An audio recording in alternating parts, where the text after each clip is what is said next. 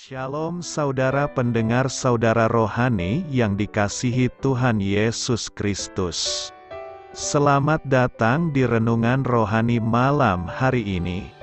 Selamat malam, saya berdoa agar saudara sehat selalu.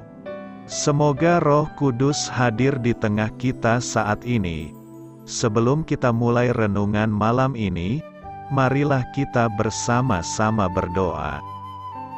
Bapa kami yang di surga, Bapa di dalam nama Tuhan Yesus Kristus, kami sungguh mengucap syukur, ya Tuhan, oleh karena Engkau sangat baik buat kami. Engkau ada bersama kami dan menopang hidup kami di siang hari dan di malam hari. Engkau ada bersama-sama dan menyertai kami. Tuhan, kami memuji dan bersyukur kepadamu pada malam hari ini, kami masih bisa berkumpul di rumah kami yang kecil ini. Tuhan, saat ini kami hendak mendengarkan firman-Mu. Berilah pengetahuan dan bimbinglah hamba-Mu ini agar apa yang Engkau firmankan dapat bekerja sesuai kehendak-Mu. Buat kami jemaat-Mu, bukalah hati dan pikiran kami untuk mendengar dan menerima firman-Mu. Kiranya firman-Mu ini dapat menjadi berkat bagi kami. Berbicaralah Tuhan, kami sudah siap menerima firman-Mu. Di dalam nama Tuhan Yesus Kristus kami berdoa dan mengucap syukur. Amin. Sahabat saudara rohani, pembacaan ayat emas Alkitab renungan kita malam hari ini. Nats pilihan kita adalah, kasihilah Tuhan, Allahmu, dengan segenap hatimu dan dengan segenap jiwamu dan dengan segenap akal budimu dan dengan segenap kekuatanmu. Tertulis dalam kitab Markus 12 ayat 30, kata kunci renungan pada malam ini adalah Penginjil cilik, dan bacaan kita pada malam ini terambil dari kitab Markus 12 ayat 28 sampai dengan ayat 34.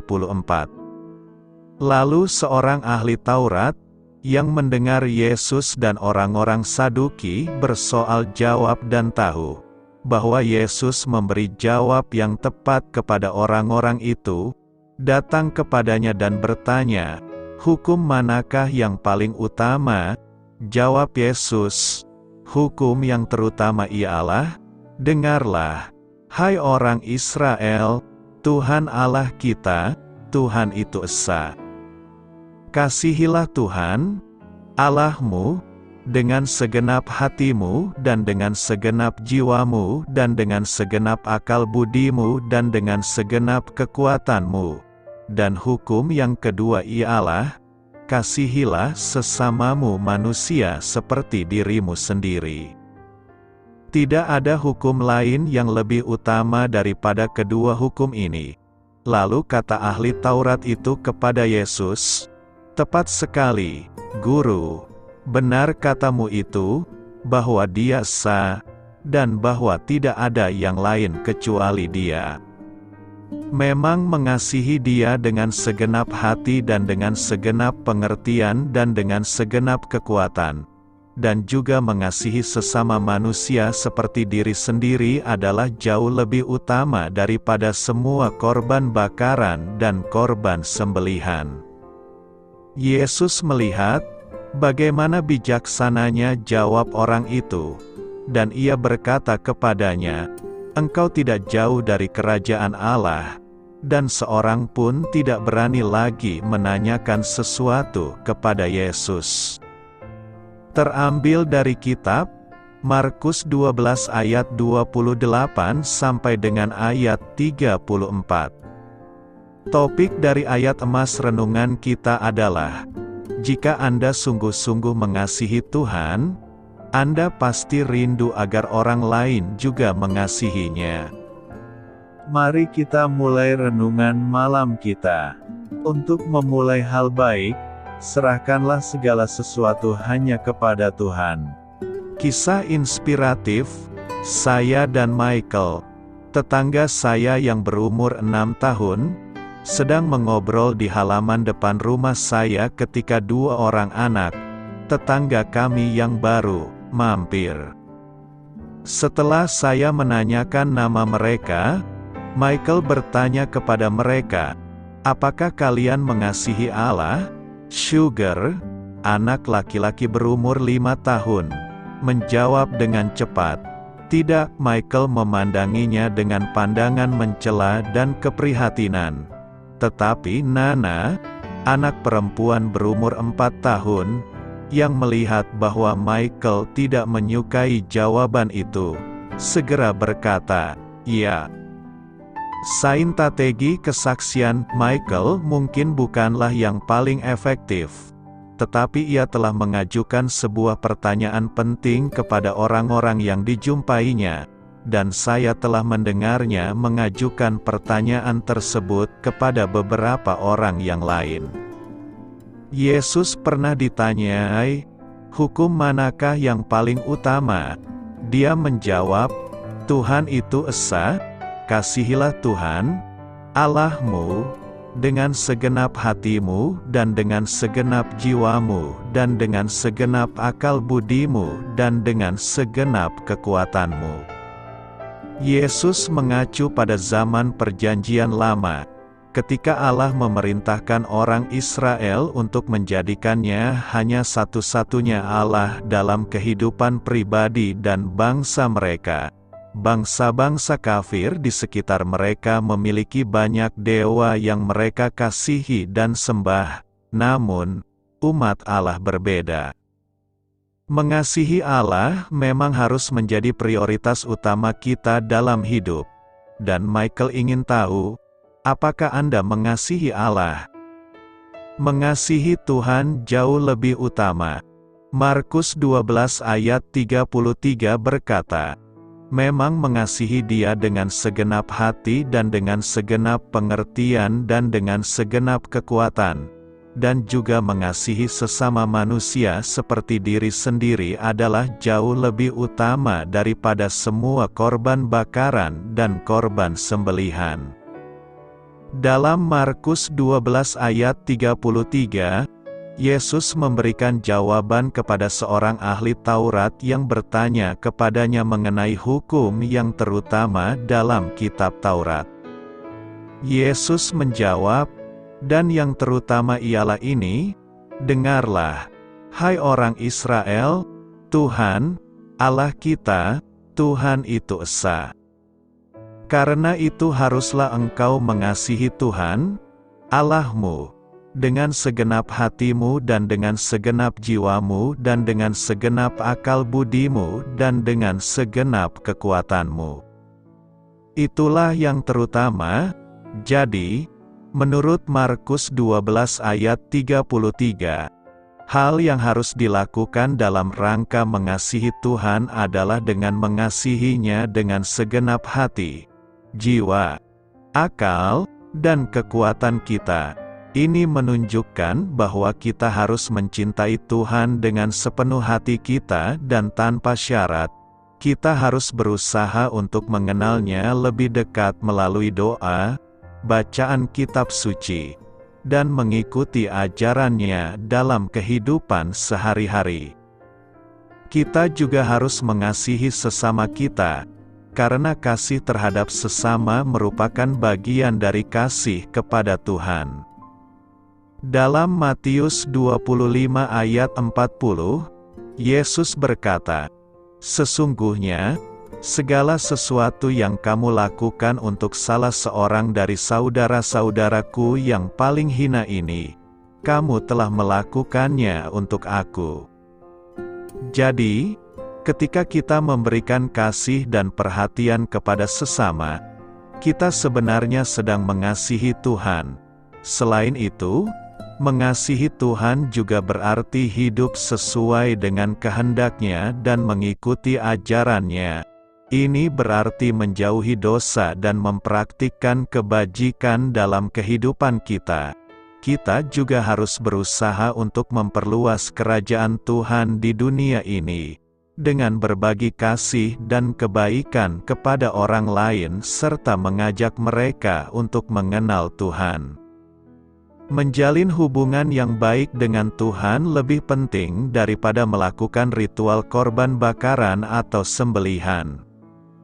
Meskipun korban bakaran atau sembelihan adalah bagian dari beberapa agama, itu bukanlah tujuan utama dari ajaran agama tersebut. Tujuan utama agama adalah untuk membantu manusia mencapai kedamaian, kebahagiaan, dan kesejahteraan, baik dalam kehidupan dunia maupun akhirat. Korban sembelihan atau bakaran hanyalah simbol dari kesediaan manusia untuk mempersembahkan sesuatu yang penting bagi mereka kepada Tuhan. Namun, lebih penting bagi seseorang untuk mengasihi Tuhan, atau memiliki hubungan yang dekat dengannya, karena itu adalah inti dari agama itu sendiri. Dengan mengasihi Tuhan, seseorang dapat merasakan kehadirannya dalam hidup mereka dan memperoleh kekuatan spiritual yang diperlukan untuk menghadapi tantangan hidup. Dengan mengasihi Tuhan, seseorang juga akan merasa dihormati dan dicintai olehnya, dan merasa lebih dekat dengan Tuhan. Jadi, meskipun korban bakaran dan sembelihan dapat menjadi bagian dari praktik agama tertentu, penting untuk diingat bahwa mereka hanyalah simbol dari kesediaan manusia untuk mempersembahkan sesuatu kepada Tuhan. Yang lebih penting adalah hubungan pribadi dengan Tuhan, yang akan membantu seseorang mencapai tujuan yang sebenarnya dari ajaran agama tersebut. Karena itu, kasihilah Tuhan Allah dengan segenap hati dan dengan segenap akal budimu. Utamakanlah kasih dalam hidupmu. Hari ini kita akan membahas tema, utamakanlah kasih dalam hidupmu. Mengapa tema ini sangat penting? Karena kasih adalah perilaku yang penting dan utama dalam kehidupan kita. Kasih itu harus kita berikan secara vertikal kepada Tuhan dan horizontal kepada sesama manusia. Kasih adalah hal yang luar biasa, dahsyat, besar, dan berharga, tetapi kenyataannya sekarang banyak orang meremehkan kasih. Firman Tuhan menegaskan bahwa tanpa kasih semua itu sia-sia. Mungkin ada orang yang merasa sudah melakukan seluruh firman Tuhan tetapi mengabaikan kasih. Sesungguhnya orang tersebut dianggap belum melakukan firman Tuhan. Tanpa kasih semua sia-sia. Karena itu mengasihi Tuhan lebih penting daripada menyembah Tuhan, lebih penting daripada melayani pekerjaan Tuhan, dan lebih penting daripada sekedar percaya kepada Tuhan. Kasih adalah yang terbesar. Semuanya akan lenyap, tetapi kasih tetap ada sampai di surga. Tetapi kenyataannya sekarang orang yang melayani pekerjaan Tuhan banyak, tetapi yang melayani dan juga mengasihi Tuhan dengan sungguh-sungguh sedikit saja jumlahnya.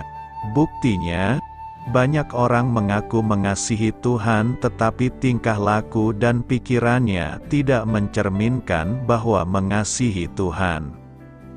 Pada teks ini kita akan belajar tentang hukum yang terutama dalam hidup kita. Apa itu hukum yang utama dan terutama? Hukum yang terutama itu ada dua, yakni: pertama, kasihilah Tuhan Allahmu dengan segenap hatimu, dan dengan segenap jiwamu, dan dengan segenap akal budimu.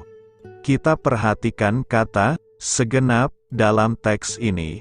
Dalam bahasa Ibrani, kata ini berasal dari kata holos, yang artinya lengkap, keseluruhan, sempurna, menyeluruh. Dari sini, kita bisa belajar prinsip-prinsip mengasihi Tuhan Allah yang merupakan hukum terutama itu, yaitu: 1. Kita harus mengasihi Tuhan Allah dengan keseluruhan hati, keseluruhan jiwa, keseluruhan akal budi, dan keseluruhan kekuatan kita. Jika hati, jiwa, akal budi, dan kekuatan kita masih terbagi-bagi untuk mengasihi dunia ini, mengasihi kedagingan, mengasihi harta, dan semua hal selain Tuhan Allah, maka sesungguhnya kita belum melakukan hukum yang terutama ini. 2. Kasih kepada Tuhan itu harus berkualitas dan harus sempurna dalam hati, dalam jiwa, dalam akal budi, dan dalam kekuatan. 3. Mengasihi Tuhan sepanjang hidup. Tidak bisa kita mengasihi Tuhan di gereja, tetapi tidak mengasihinya di pekerjaan kita. Adalah munafik jika kita mengasihi Tuhan di hari Minggu, tetapi di hari lainnya kehidupan kita tidak menunjukkan kasih kepada Dia. Mengasihi Tuhan harus kita tunjukkan sampai kepada hal-hal kecil dalam hidup kita. Lalu, bagaimana seharusnya kita mengasihi Tuhan? Ada beberapa cara untuk mengasihi Tuhan, yaitu A. Dengan segenap hati. Mengasihi Tuhan dengan segenap hati artinya mengasihi dengan keseluruhan hati kita, 100%. Orang yang memberikan 99% hatinya untuk Tuhan dan 1% sisanya untuk yang lain artinya belum mengasihi Tuhan dengan segenap hati. Iblis tidak butuh 50% hati kita, cukup 1% saja untuk membuat kita mendua hati. Karena itu mari kita mengasihi Tuhan dengan 100%. Jangan beri kesempatan atau tempat berpijak sedikit pun kepada iblis untuk membuat kita berpaling dari Tuhan. Sedikit tempat di hati kita untuk yang lain sangat mungkin dipakai iblis untuk menjatuhkan kita. Hawa tidak perlu makan buah sampai habis. Cukup 1 gigit dan iblis berhasil membuatnya jatuh dalam dosa. Daud jatuh dalam dosa dengan Batsyeba hanya karena 1% di dalam hatinya melalaikan apa yang seharusnya dilakukan setiap tahun, pergi berperang. Yesus pernah ditawarkan kemegahan dunia jika Yesus mau menyembah iblis sekali saja. Jika saat itu Yesus tergoda, maka karya keselamatan akan gagal. Inilah cara kerja iblis untuk membuat kita berpaling dari Tuhan, mendua hati dan akhirnya jatuh dalam dosa, yaitu dengan tawaran 1 kali saja, 1% saja. Kita perlu waspada sebab sungguh menyedihkan bila banyak anak Tuhan dari generasi ke generasi telah dikalahkan iblis dengan metode ini. Tantangan lain yang pada umumnya menghalangi kita mengasihi Tuhan dengan segenap hati adalah harta atau uang. Memang harta atau uang itu selalu mengambil tempat di hati kita entah banyak atau sedikit, karena itulah Yesus memberi peringatan akan hal ini. Cinta harta atau uang bukan soal kaya dan miskin tetapi soal ikatan. Orang yang terikat dengan harta atau uang akan bekerja keras dan menghalalkan segala cara untuk mendapat kekayaan. Rasul Paulus juga mengingatkan bahwa akar segala kejahatan adalah cinta uang. Inilah senjata yang berbahaya yang bisa menjatuhkan anak Tuhan. Maka sebaiknya kita mengikuti perintah Tuhan. Lepaskan ikatan, cinta uang, dan kumpulkan harta di surga. Kumpulkan hal-hal yang akan mendatangkan kekekalan. B. Dengan segenap jiwa. Mengasihi Tuhan dengan segenap jiwa artinya dengan sungguh-sungguh, tulus, tidak ada kepura-puraan dan dengan seluruh keberadaan kita. Banyak orang terbiasa mengasihi sesama tetapi tidak dengan ketulusan. Akibatnya juga tidak bisa mengasihi Tuhan dengan segenap jiwa. Tuhan merindukan kita mengasihi, melayani dan bersekutu dengan segenap jiwa kita. Mari kita mengasihi Tuhan, melayani pekerjaan Tuhan dan semua kegiatan untuk Tuhan dengan segenap jiwa atau hati yang tulus. Bukan hanya tulus dan penuh semangat pada waktu-waktu tertentu atau acara khusus saja, tetapi setiap kesempatan melayani, kita mau kerjakan dengan tulus. Kerjakan tugas kita dengan antusias dan ketulusan, bukan karena orang yang kita hormati melihat pekerjaan kita, tetapi karena kita mau mengerjakannya untuk Tuhan. C. Dengan segenap akal budi. Mengasihi Tuhan dengan segenap akal budi artinya dengan pengetahuan, pengertian dan pengenalan akan Tuhan. Kasih dengan dasar perasaan adalah kasih yang rapuh, tetapi kasih dengan dasar pengenalan adalah kasih yang kuat. Banyak orang mengasihi Tuhan dengan perasaan, merasa Tuhan baik karena memberkati, tetapi kemudian undur saat merasa Tuhan tidak mengasihi. Waspadalah dengan motivasi kita mengasihi Yesus, sebab banyak orang akan meninggalkan Yesus jika kasihnya hanya berdasarkan perasaan. Orang tua dan anak yang diikat oleh kasih sayang berdasarkan pengenalan akan tetap saling mengasihi, meskipun mungkin menghadapi banyak masalah. Biarlah ini menjadi cara kita mengasihi Tuhan, yaitu dengan kasih berdasarkan pengenalan akan Tuhan bukan karena berkat dan perasaan. D.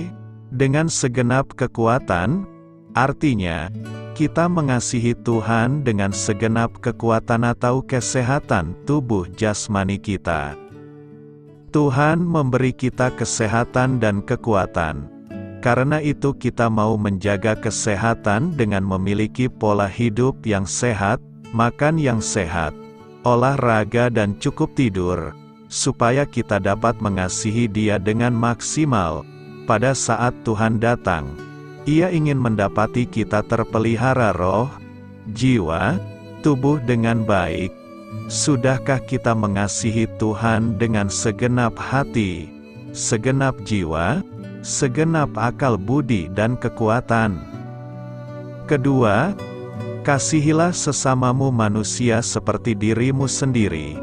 Mengasihi sesama manusia adalah perwujudan nyata dari mengasihi Tuhan Allah. Hal inilah yang digambarkan dalam simbol salib Kristus. Palang vertikal menunjukkan hubungan kasih kepada Tuhan Allah. Palang horizontal menggambarkan hubungan kasih sesama manusia. Bagaimanakah cara mengasihi sesama manusia? 1.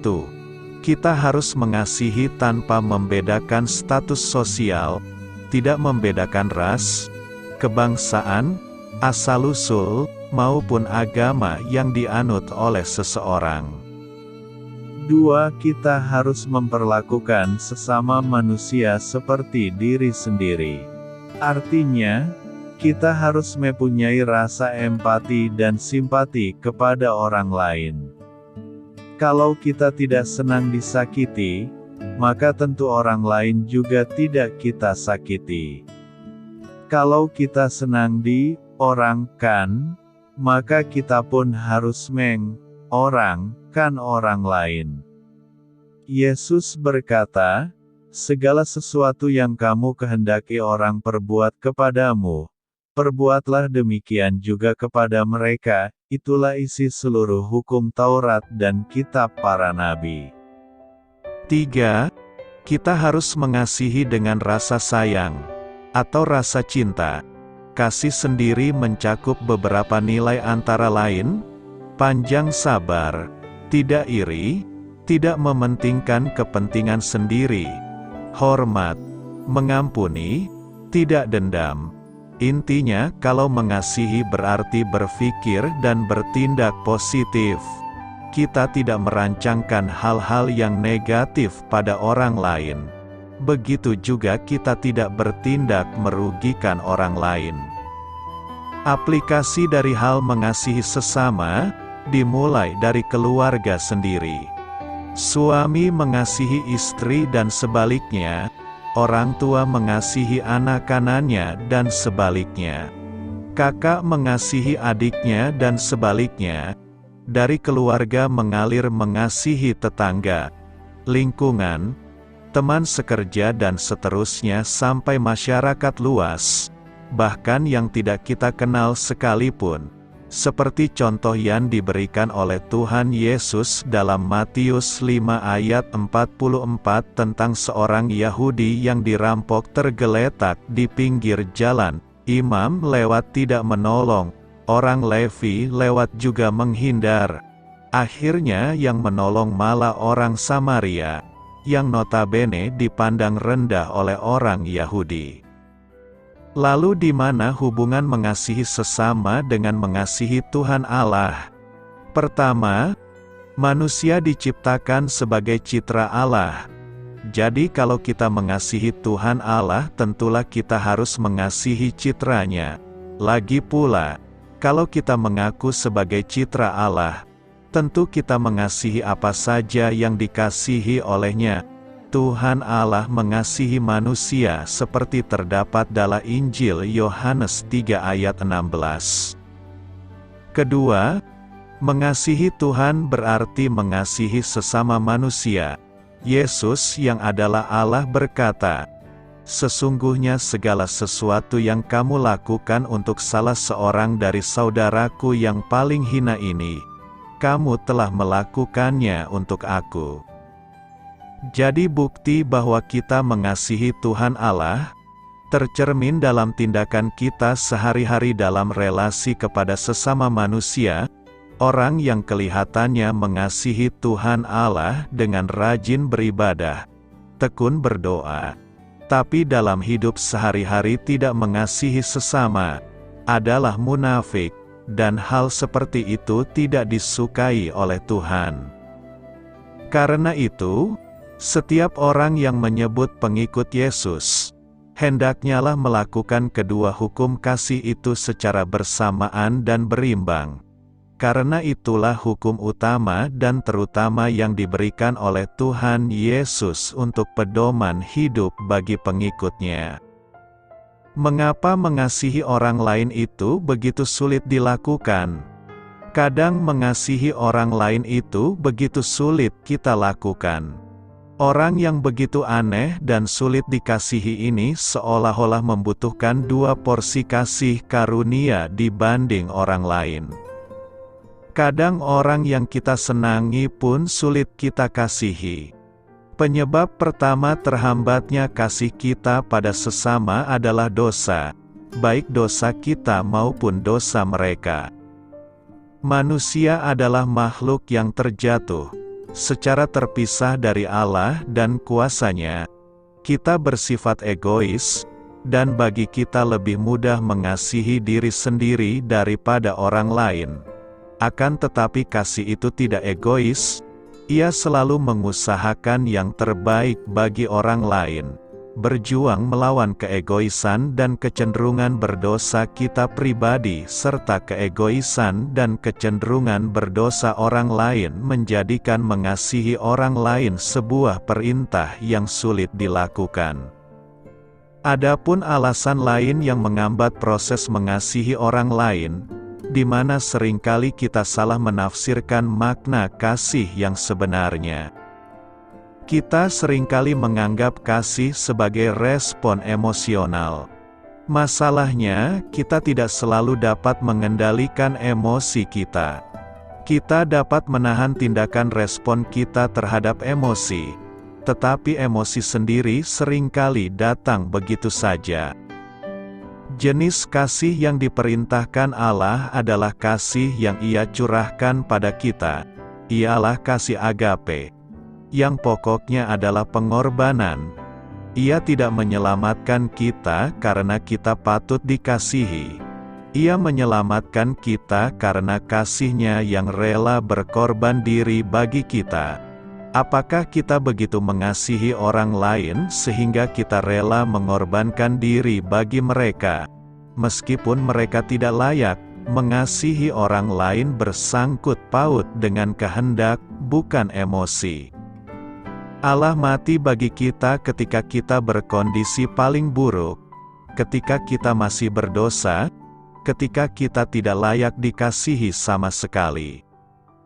Ketika kita berkorban demi mengasihi orang lain, kita mulai memahami betapa dalamnya kasih Allah bagi kita, dan kita mencerminkan Dia kepada dunia. Yesus memberitahu para rasul-Nya, "Aku memberikan perintah baru kepada kamu, yaitu supaya kamu saling mengasihi, sama seperti Aku telah mengasihi kamu, demikian pula kamu harus saling mengasihi." Dengan demikian semua orang akan tahu bahwa kamu adalah murid-murid-Ku, yaitu jikalau kamu saling mengasihi. Perhatikan bahwa Ia tidak mengajar, "Rasakan kasih bagi sesamamu." Ia berperintah, kamu harus saling mengasihi. Ia memerintahkan tindakan, bukan perasaan.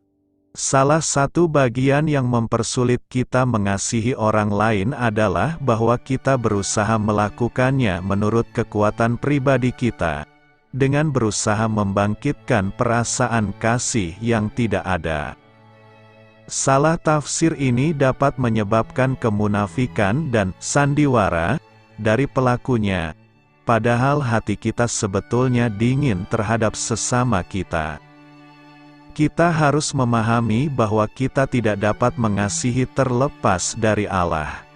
Ketika kita berdiam dalam Yesus dan Roh Kudus berdiam di dalam kita, maka kita akan menghasilkan buah roh yang bersifat kasih. Kita diberitahu bahwa Allah adalah kasih dan bahwa kasih kita bagi sesama telah dimampukan oleh Allah dan merupakan respon terhadap kasih-Nya di dalam diri kita. Mengandalkan Allah dan menyerahkan diri kita kepadanya tidak mudah. Namun Ia memperbolehkan kesulitan ini supaya kemuliaan-Nya akan semakin terlihat. Ketika kita mengasihi orang yang sulit atau memilih untuk mengasihi walaupun kita tidak nyaman, kita menunjukkan bagaimana kita mengandalkan Allah dan memperlihatkan kuasa-Nya bekerja melalui kita. Mengasihi orang lain itu sulit karena baik mereka maupun kita adalah manusia. Di dalam kesulitan ini, kita semakin menghargai kasih Allah bagi kita. Ketika kita mengasihi orang lain di tengah ketidaklayakan mereka, Roh Allah tercermin, Ia akan dimuliakan, orang lain akan dikuatkan, dan dunia ini akan mengamati Kristus di dalam kita. Apa maksudnya Anak Manusia datang bukan untuk dilayani, melainkan untuk melayani? Saat Yesus mempersiapkan murid-murid-Nya untuk kematian-Nya, Yakobus dan Yohanes yang dijuluki putra guntur datang kepadanya dengan sebuah permintaan. "Ketika Engkau duduk di tahta kemuliaan-Mu, kami ingin duduk di tempat terhormat di sebelah Engkau, di atas tahta-Mu. Kanan dan yang satu lagi di kiri-Mu." Ambisi egois mereka untuk diakui sebagai murid yang terbesar menunjukkan bahwa mereka belum memahami hakikat kerajaan Kristus yang akan Dia dirikan melalui penderitaan dan kematian-Nya di kayu salib. Yesus memperingatkan mereka untuk mempertimbangkan segala akibat yang harus mereka tanggung sebagai pengikut-Nya. Kemudian Tuhan menyampaikan sinopsis singkat dan mencengangkan dari pengajaran-Nya yang luas tentang pelayanan. Sebab Anak Manusia datang bukan untuk dilayani, melainkan untuk melayani dan untuk memberikan nyawa-Nya menjadi tebusan bagi banyak orang. Yakobus dan Yohanes secara keliru berasumsi bahwa keunggulan dalam kerajaan Allah didasarkan pada kedudukan, kekuasaan, dan otoritas. Yesus menjelaskan bahwa jalan menuju kebesaran adalah perjalanan penderitaan yang mengerikan. penderitaan yang sama yang dialami Yesus. Ironisnya, Yakobus dan Yohanes memang mengalami penderitaan yang sama seperti Yesus. Yakobus kemudian menjadi martir Kristen pertama, yang dipenggal kepalanya oleh Herodes Agripa, dan Yohanes mengalami penganiayaan berat sepanjang hidupnya dan akhirnya diasingkan ke Pulau Patmos. Yesus Kristus adalah teladan utama seorang hamba dalam kerajaan Allah. Segala sesuatu yang dia lakukan selama dia hidup dan melayani bersama para rasul menjadi teladan bagi mereka dan kita saat ini. Yesus menyembuhkan yang sakit, memberi makan yang lapar, dan melayani anggota masyarakat yang paling lemah dan terpinggirkan. Yesus datang untuk mencurahkan hidupnya dalam pelayanan. Oleh karena itu, kita harus memberikan hidup kita untuk melayani Dia dan orang lain. Tuhan dan Pencipta alam semesta, yang mengetahui bahwa Bapa telah memberinya kuasa atas segala sesuatu dan bahwa Dia berasal dari Tuhan dan akan kembali kepada Tuhan, berdiri dari meja Paskah, menanggalkan jubahnya, membungkusnya dengan handuk, melingkari pinggangnya, dan menuangkan air ke dalam baskom. Kemudian dia mulai membasuh kaki murid-muridnya, mengeringkannya dengan handuk yang ada di sekelilingnya. Petrus yang selalu emosional menolak pelayanan Kristus yang sederhana. Namun Yesus menjelaskan, "Kalau aku, Tuan dan Gurumu, sudah membasuh kakimu, maka kamu pun wajib saling membasuh kaki.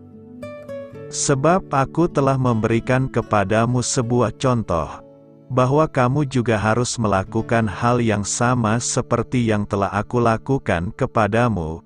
Sesungguhnya aku berkata kepadamu, seorang hamba tidaklah lebih agung daripada tuannya, dan tidak pula seorang utusan lebih agung daripada orang yang mengutusnya. Jika kamu mengetahui hal-hal ini, berbahagialah kamu jika kamu melakukannya." Dalam kerajaan Allah, kehebatan diukur dari sejauh mana kita bersedia melayani satu sama lain dengan rendah hati. Tidak ada seorang pun yang lebih menyerah untuk menjadi seorang hamba selain Yesus.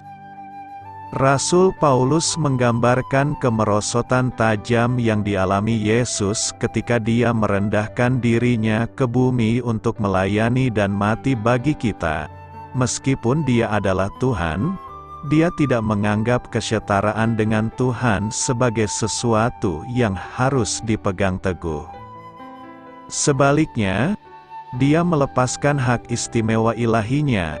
Dia mengambil posisi rendah hati sebagai seorang budak dan dilahirkan sebagai manusia. Ketika dia menampakkan diri dalam wujud manusia, dia merendahkan dirinya dalam ketaatan kepada Allah dan mati sebagai penjahat di kayu salib. Mengingat apa yang Yesus lakukan, tidak masuk akal jika para pengikutnya tersinggung atau merasa direndahkan ketika melakukan tugas-tugas yang sederhana, dan bahkan tidak memberi imbalan. Yesus meninggalkan kedudukan yang mulia dan mulia di surga namun dengan patuh menaati Bapanya dalam segala hal. Kristus, Gembala yang baik, menyerahkan nyawanya bagi kita. Demikianlah hendaknya kita juga menyerahkan nyawa kita demi saudara-saudari kita.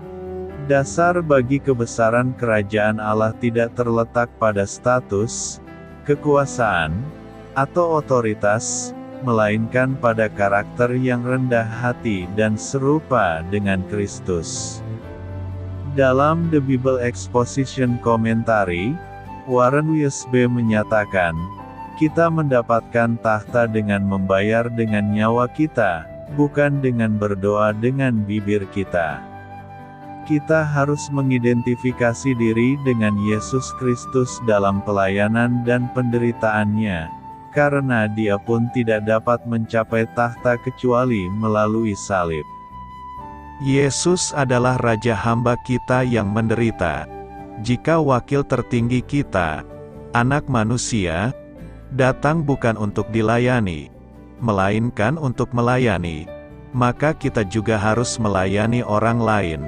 Tidak peduli siapa kita di kerajaan Allah, apakah pemimpin yang paling terkemuka atau pembantunya yang paling lemah lembut, kita harus berusaha untuk menjadi seperti Kristus, menunjukkan kerendahan hati dan pengabdian yang rela berkorban. Imanmu telah menyelamatkan engkau. Markus 5 ayat 34 berkata, maka katanya kepada perempuan itu, "Hai anakku, imanmu telah menyelamatkan engkau, pergilah dengan selamat dan sembuhlah dari penyakitmu." Iman menjadi kata kunci untuk beroleh keselamatan baik jiwa maupun jasmani. Dengan iman perempuan yang mengalami sakit pendarahan ini disembuhkan oleh Yesus. Betapa dahsyatnya kuasa iman bagi orang yang percaya. Alkitab adalah sumber iman yang kalau digali, kita akan mampu menarik kuasa Allah dari sorga ke bumi, bagi hidup kita dan bagi hidup orang lain. Jika kita percaya pada firman Tuhan, maka kita akan melihat kemuliaan Allah. Iman adalah milik kita, bukan milik siapa-siapa, dan kita harus melakukan dan berbuat dengan iman kita. Jika kita berbuat dengan iman, maka kita akan melihat kuasa Tuhan bekerja atas hidup kita dan atas hidup orang lain. Ketika iman dan sukacita kita penuh, seketika itu juga kita akan merasakan betapa indahnya hidup dengan iman yang sungguh-sungguh. Ingatlah ketika kita menemukan kesaksian kita atau ketika Allah meneguhkan kepada kita bahwa kita adalah putra atau putrinya dan bahwa Dia sangat mengasihi kita dan kita merasa sembuh. Ketika kita membaca kisah perempuan yang terkena sakit pendarahan seperti disampaikan di dalam renungan ini, ada beberapa hal yang perlu kita teladani dari hal ini. Pertama, perempuan yang sakit pendarahan ini benar-benar memiliki iman ingin sembuh. Imannya yang kuat dan sungguh-sungguh kepada Yesus membuat dia beroleh kesembuhan. Yesus melihat kesungguhan imannya dan itulah yang diperhitungkan Yesus untuk menyelamatkannya.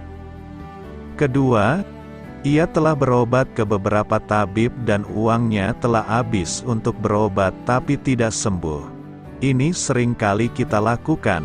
Kita berobat ke dokter, orang pintar, bahkan sampai ke dukun, tapi tak sembuh juga. Alasan yang paling mendasar adalah karena kita tidak memiliki iman dan percaya yang sungguh-sungguh. Kesembuhan dunia terbatas adanya, tetapi kesembuhan Tuhan tidak terbatas kuasanya. Ketiga, ketika perempuan itu menyentuh jubah Yesus, seketika itu juga ia sembuh. Seperti kata Yesus, "Imanmu telah menyelamatkan engkau." Iman percaya kita akan menjadi obat paling mujarab dalam banyak hal.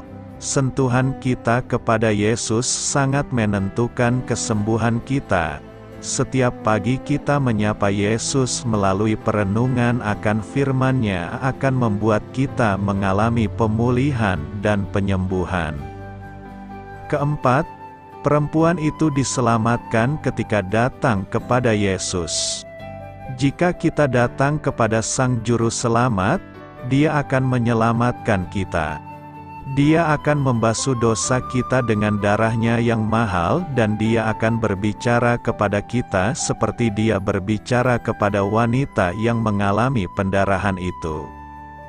Maka katanya kepada perempuan itu, "Hai anakku, imanmu telah menyelamatkan engkau. Pergilah dengan selamat dan sembuhlah dari penyakitmu." Ada beberapa hal yang menjadi perenungan kita dari ayat Alkitab ini, di mana dengan iman dan percaya kita kepada Yesus telah menjadi senjata paling ampuh bagi kita dalam menghadapi berbagai permasalahan. Karena itu, teruslah beriman kepada Tuhan, maka Ia pun akan menyelamatkan kita. Beritakanlah Injil kepada segala makhluk. Hormatilah semua orang. Selamat beristirahat malam dalam kasih setia Tuhan. Doa saya menyertai saudara sekalian. Mari bertumbuh dalam iman bersama saudara rohani. Saya memberkati Anda agar sewaktu Anda mencarinya dari Dia, Bapa Surgawi Anda akan memberikan bagi Anda roti harian Anda, dalam nama Yesus Kristus. Tuhan yang berkuasa atas alam semesta dan menuntun kita kepada iman yang menyelamatkan. Tuhan Yesus menyertai senantiasa. Terima kasih sudah berkenan mendengarkan renungan malam saudara rohani. Tuhan memberkati. Amin.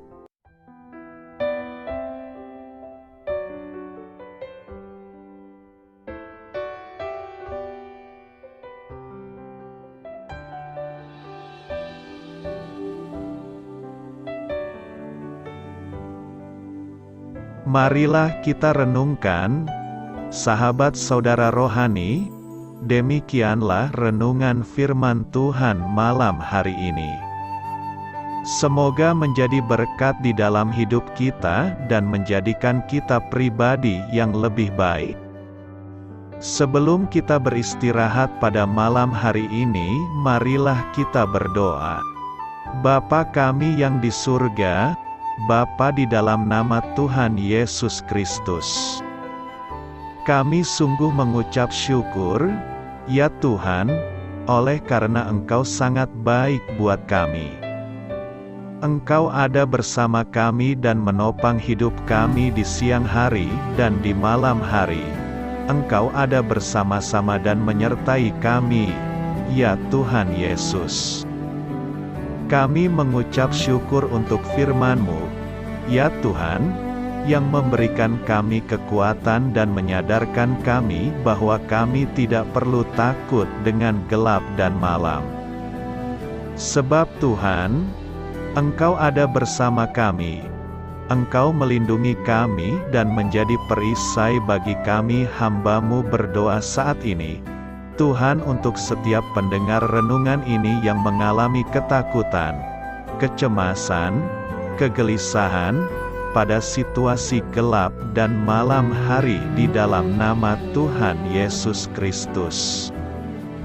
Kuasa Tuhan melepaskan mereka dari segala ikatan roh-roh ketakutan yang mengikat mereka saat ini.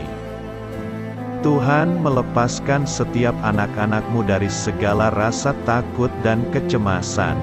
Di dalam nama Tuhan Yesus segala kuasa-kuasa roh jahat, kuasa setan iblis yang mengganggu anak-anak-Mu, ya Tuhan, tolong hancurkan dan halaukan dengan kuasa-Mu. Dalam nama Tuhan Yesus Kristus, berkati setiap kami anak-anak-Mu, ya Tuhan, dan lindungilah kami aman di dalam Engkau. Ya Tuhan, penuhilah setiap hati kami dengan keberanian, damai sejahtera, dan sukacita serta ketenangan yang dari Tuhan. Berkati kami di malam hari ini, saat kami tidur dan beristirahat. Kuasa-Mu, ya Tuhan, menaungi setiap kami, memberkati dan melindungi kami. Bangunkanlah kami kembali besok pagi dengan kekuatan yang baru, tubuh yang sehat diberkati Tuhan, dan berkat-berkat yang baru Tuhan sediakan bagi kami. Terima kasih, ya Tuhan, kami sungguh mengucap syukur untuk firman-Mu yang menguatkan kami. Dalam nama Tuhan Yesus Kristus Juru Selamat kami, Bapa kami yang baik, kami mengucap syukur dan berdoa haleluya. Amin. Biarlah firman Tuhan menjadi pengingat untuk kita semua, bahwa tuntunan dari Roh Kudus akan selalu memberi jalan keluar bagi setiap permasalahan hidup kita, dan memberi kedamaian di hati kita. Amin. Sampai jumpa di renungan malam saudara rohani berikutnya.